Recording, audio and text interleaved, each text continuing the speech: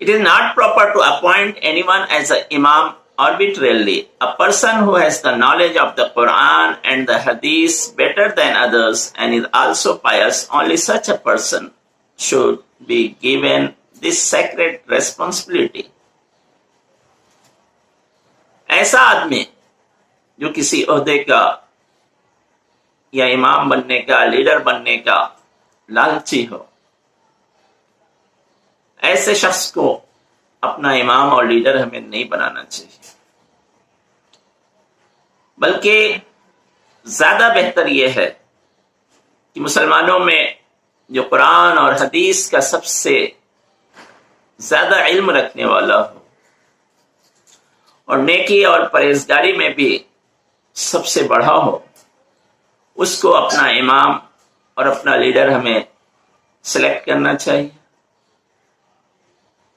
کیونکہ یہ ایک بڑی ہی سیکریٹ ریسپانسبلٹی ہے جو بہت ہی ایمانداری چاہتی ہے، اور یہ تبھی ممکن ہے جب انسان بڑا ہی نیک اور پرہیزگار ہو، اس کے دل میں اللہ کا ڈر اور خوف ہو اور کسی طرح کی کوئی لالچ نہ ہو، وہ قرآن اور حدیث کا صحیح علم رکھنے والا ہو، تو ایسا شخص ہی ہمارا امام ہونا چاہیے، چاہے وہ نماز میں ہو یا دنیاوی معاملات میں ہو، تو یہ امام ہوتے ہیں۔ اس کے بعد جو امام کے فالوورز ہوتے ہیں وہ کیا کہلاتے ہیں؟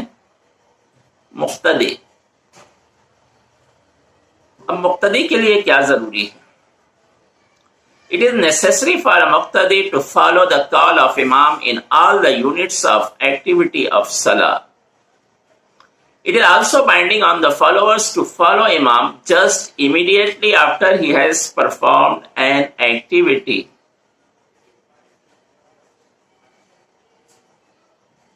مقتدی کے لیے یہ ضروری ہے کہ وہ امام کو نماز کی ہر ایکٹیویٹی میں فالو کرے۔ امام جیسے ہی ایک ایکٹیویٹی کو پرفارم کرے، مقتدی کو چاہیے کہ فوراً اس کو فالو کرے، اس میں کسی طرح کا کوئی لیٹ نہیں ہونا چاہیے، اور نہ یہ ہونا چاہیے کہ امام سے پہلے ہی وہ ایکٹیویٹی مقتدی ادا کر لے، یعنی ہر میٹر میں ہمیں امام کو فالو کرنا ہے۔ اب اللہ کے رسول صلی اللہ علیہ وسلم کی ایک حدیث ہے جس میں اللہ کے رسول نے فرمایا، A person who raises his head from sajda earlier than Imam will have a donkey's head in place of his on the day of resurrection.